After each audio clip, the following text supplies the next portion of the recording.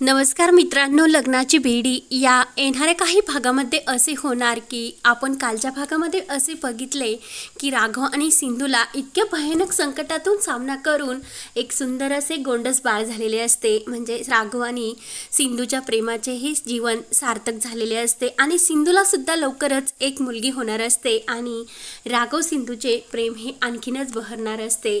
तर हे जरी बाळ मधूच्या पोटामध्ये जरी जन्मलेले असते तर ते राघव आणि सिंधूचे जे काही बीज असते त्या अंशाचे ते तयार झालेले असते आणि ते राघव आणि सिंधूचेच बाळ असते। तर राघव आणि सिंधू त्याच्यावर इतके प्रेम करत असतात की इतक्या भयानक संकटातून सुद्धा राघव आणि सिंधूने हा बाळाचा जीव आणि मधूचा जीव वाचवलेला असतो। जेव्हा बाळ हे जन्माला येते तेव्हा राघव आणि सिंधूला इतका आनंद होतो की त्यांचा आनंद गगनात मावण्यासारखा होतो, कारण बाळासाठी राघव आणि सिंधूने खूप काही त्रास सहन केलेला असतो। शेवटी मधूला तिच्या पापाची शिक्षा ही मिळणारच असते, पण राघव आणि सिंधूला एक छान असे गोंडस बाळ झालेले असते। तर आता तेव्हा सिंधू इतकी खुश होते आणि ती राघवला म्हणते की राघव सर, एक स्वच्छ अशी कात्री घ्या आणि त्या कात्रीने बाळाची म्हणजे जे गर्भाची काही नाळ असते ती नाळ व्यवस्थित कापून टाका। तेव्हा राघव घाईने कात्री घेऊन येतो आणि खुश होत आपल्या बाळाची नाळ कापतो। तर लगेच सिंधू म्हणते की राघव सर, आता मी घरी लगेच येण्याचा प्रयत्न करते, कारण पाऊस सुद्धा थांबलेला आहे आणि आपले बाळ सुद्धा जन्माला आले आहे। मधुताई तर हा बेशुद्ध पडलेले आहे, त्यांची सुद्धा खूप काळजी घ्यावी लागेल, कारण आता डिलिव्हरी झाल्यानंतर खूप काही त्रास हा होत असतो। तेव्हा सिंधू ही घरी यायला निघते, पण सिंधूच्या एक भयानक गोष्ट लक्षात येते। सिंधू पुन्हा थांबते आणि राघवला म्हणते की राघव सर, आपले बाळ अजून रडत का नाही आणि त्याचा आवाज मी अजून सुद्धा ऐकला नाही, म्हणून सिंधूला एक खूप मोठे आणखीन टेन्शन येते। सिंधू म्हणते की राघव सर, आपले बाळ रडत का नाही। तेव्हा सिंधू ही जोरजोराने रडण्यासाठी लागते आणि राघवला म्हणते की मी तुम्हाला एक युक्ती सांगते, तुम्ही बाळाला हे पालथे धरा आणि त्याच्या पाठीवर हे हलकत असे पाठीवर पाठ थोपटल्यासारखे करा। तर राघव ते सुद्धा करतो, पण बाळ काही रडत नसते। तेव्हा सिंधू म्हणते की राघव, आपल्या बाळाला काय झाले असेल। राघव म्हणतो की काय झाले सिंधू, लवकर सांग। तर सिंधू म्हणते की बाळाला अगोदर टेबलवर ठेवा आणि एका मऊ अशा टॉवेलवर त्याला व्यवस्थित पुसून घ्या आणि त्याची जी काही छाती आहे तर ती 2 बोटांनी अशी हलक्या बोटांनी दाबा, व्यवस्थित सावकाश। तर राघव ते सुद्धा करू लागतो, तरी सुद्धा बाळ रडत नसते। सिंधू म्हणत असते, इतक्या अडचणीतून आम्ही आमच्या बाळाला या जगात आणले, देवा काहीतरी कृपा नक्की कर, म्हणून सिंधू गणपती बाप्पांना प्रार्थना करू लागते आणि जोरजोराने खूप रडू लागते। राघवला सिंधूची ही अवस्था पाहत नव्हती आणि बाळ हे रडत नाही म्हणून राघवला सुद्धा खूप टेन्शन येत असते। सिंधू गणपती बाप्पांना हात जोडून रडतच म्हणते की देव बाप्पा, आमचं काय चुकलं आणि जेव्हा बाळ हे होईल तेव्हा लगेच तुझ्या नावावरून त्याचे नाव सुद्धा मी ठेवील, पण बाळाला आता काही होऊन नको देऊ। म्हणून सिंधू सुद्धा विनायक या नावाने बाळाला आवाज देऊ लागते, ए बाळा, ए विनायका डोळे उघड, अरे तुझी आई तुझ्याशी बोलते। राघव सुद्धा म्हणतो की ए विनायक, अरे डोळे उघड, तुझा जे काही वडील आहेत ते तुझ्याशी बोलतात। राघव आणि सिंधू हे दोघे खूप रडू लागतात आणि विनायक विनायक म्हणून देवबाप्पाची सुद्धा ते धावा करू लागतात आणि तेव्हा लगेच बाळाचा जोरजोराने रडण्याचा आवाज येऊ लागतो। राघव आणि सिंधूला खूप आनंद होतो।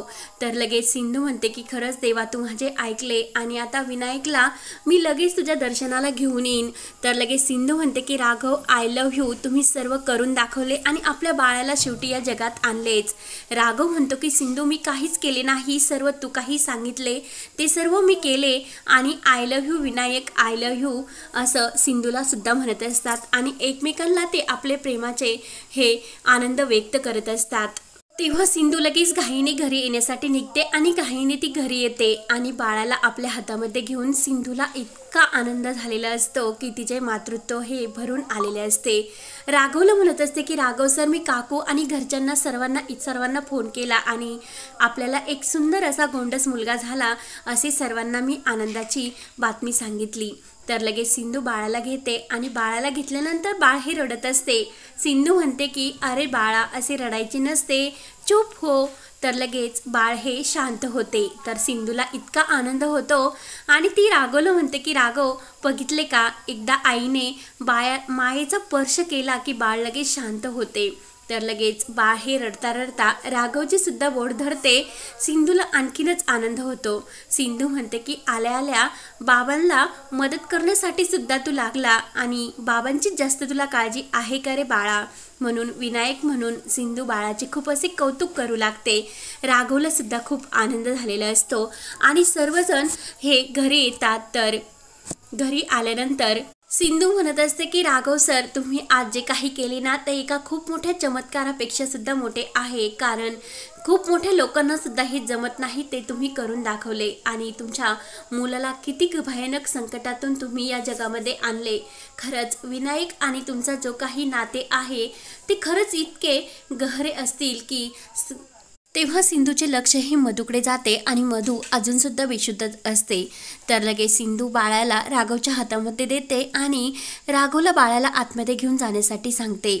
आणि सिंधू ही मधूजवळ येते आणि मधूला थँक्यू बोलते. कारण आजपर्यंत आपल्यामध्ये कितीही भांडणं जरी झाले असले तरी मधुताई तुम्ही माझ्या बाळाला जन्म दिला. आणि तेव्हा सिंधू आणि राघव हे सर्व काही आपल्या बाळाला रूममध्ये घेऊन येतात आणि त्याच्याबरोबर गप्पा करत असतात. तेवढ्यात मधूला जाग येते आणि मधू ते सर्व बघून आणखीन रडू लागते. त्यानंतर इकडे सिंधू आणि राघव बाळाला गणपती बाप्पासमोर घेऊन येतात आणि देवाचे आभार मानतात की इतक्या मोठ्या भयानक संकटातून देवा तू आमच्या बाळाला सुखरूप आणले. तर लगेच मधू हे सर्व ऐकत असते आणि सिंधू राघवला बघून तिच्या डोळ्यामध्ये आणखीन पाणी येत असते. तेव्हा सिंधू ही आपले जे काही बाळ आहे ते मधूकडे देते आणि मधू त्या बाळाला तोंड भरून आणि डोळे भरून बघते. त्यानंतर घरातील सर्वजण आलेलेच असतात आणि विनायकला बघून ते तर खूपच खुश होतात. काकू तर इतकी खुश होते तर बाळाची दृष्टच काढू लागते. आणि जे काही काकूचे मिस्टर असतात ते वारलेले असतात. तर काकू म्हणत असते की आज आपला जो काही रत्नपारखी कुटुंबाचा वारस आहे तिसऱ्या पिढीचा तो आज जन्माला आला आणि आपल्या जे काही कुटुंबाचे नाव आहे तो आणखीनच रोशन करील.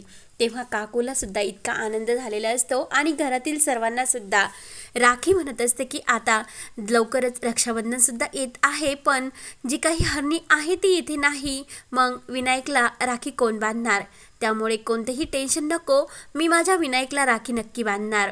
घरातील सर्वजण खूपच खुश होतात. सर्वजण राघवचे कौतुक करत असतात. राघव, तू खूप मोठा चमत्कार केला आणि एका पोलीस ऑफिसरचा तू एक खूप मोठा डॉक्टर हा झाला. राघव म्हणतो की मी काहीच केले नाही. या सर्वांमध्ये सिंधूची मला मोलाची साथ मिळाली आणि सिंधूची साथ जर असेल तर मी कोणतेही कृत्य करू शकतो. कारण सिंधूने मला जे काही सांगितले तेच मी केले. राघव आणि सिंधू खूपच खुश असतात आणि राजश्री रत्नाकर सुद्धा खूप खुश असतात. राजश्री आणि रत्नाकर हे सिंधू राघवला म्हणत असतात की आज तुम्ही आई बाबा झाले. सिंधू राघव खूपच खुश होतात. तेव्हा राजश्री सुद्धा येते आणि मधूला प्रेमाने मिठी मारते. तर लगेच सिंधू सुद्धा येते आणि मधूला प्रेमाने मिठी मारते. तर मधूला सुद्धा खूप आनंद होत असतो आणि काकू म्हणते की खरंच मधू, खरंच तुझ्यामुळे आज हे शक्य झाले आणि सर्वजण मधूचे आभार मानतात. त्यानंतर सिंधू आणि राघव बाळाला घेऊन आपल्या रूममध्ये येतात. सिंधू म्हणत असते की राघव सर, या रूममध्ये तुम्ही अगोदर एकटे राहत होता, त्यानंतर मी आले आणि आपल्यामध्ये जे काही प्रेम झाले आणि त्या प्रेमाची निशाणी ह्या आपल्या बाळामध्ये झाली आणि आपल्या प्रेमाचे प्रतीक आज आपल्याजवळ आले. राघव म्हणतो की सिंधू तू एकदम योग्य बोलती. राघव आणि सिंधूचे प्रेम अजूनच वाढलेले असतात आणि त्यामध्ये बाळसुद्धा आलेले असते. राघव म्हणतो की खरंच आज माझे कुटुंब पूर्ण झाले. सिंधू म्हणते की खरंच तुम्ही माझे खरंच हिरो बनलात आणि सुपर हिरो. सिंधू आणि राघव खूपच खुश असतात. तर हा भाग येथे संपतो. तर पुढील भागामध्ये मधूने जे काही पाप केलेले असते ते पापाची सर्व काही कबुली तिने दिलेली असते आणि सिंधूने मधूला पोलिसामध्ये कसे दिलेले असते. तर हे पाहण्यासाठी आपल्या चॅनलला नक्की सबस्क्राईब करत राहा. धन्यवाद.